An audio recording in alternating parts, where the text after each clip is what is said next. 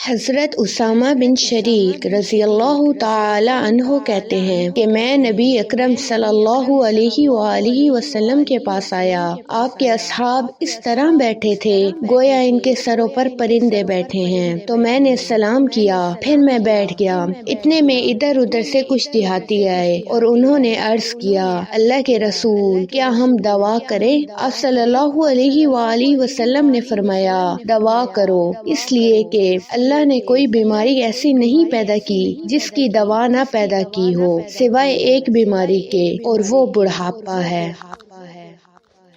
حضور نبی کریم صلی اللہ علیہ وآلہ وسلم کی پسندیدہ ترین ایک چیز ہر مہینے 3 بار استعمال کریں اور ہر بیماری سے محفوظ رہیں۔ نبی کریم صلی اللہ علیہ وآلہ وسلم کی حیات مبارکہ مسلمانوں سمیت پوری دنیا کے لیے مشعل راہ ہے۔ آپ صلی اللہ علیہ وآلہ وسلم کی تمام عادات میں ہزار باتیں اور حکمتیں پوشیدہ ہوتی ہیں جن پر آج کی سائنس کی ریسرچ جاری ہے۔ حضرت ابو ہریرہ رضی اللہ تعالیٰ عنہ فرماتے ہیں کہ آپ صلی اللہ علیہ وآلہ وسلم نے فرمایا، جو شخص ہر مہینے 3 دن شہد پیے اسے کوئی بڑی تکلیف نہ ہوگی۔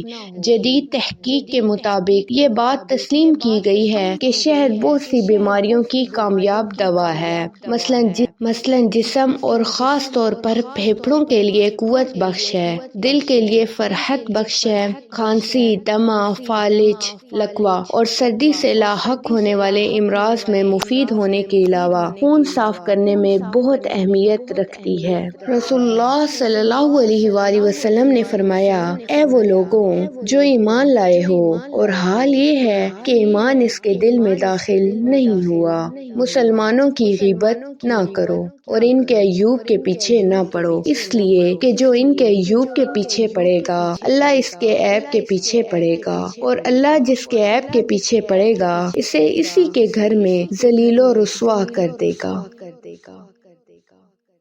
عزیز دوستوں، اس طرح کی مزید ویڈیو دیکھنے کے لیے چینل کو سبسکرائب کریں، ویڈیو کو شیئر لازمی کریں۔ جزاک اللہ۔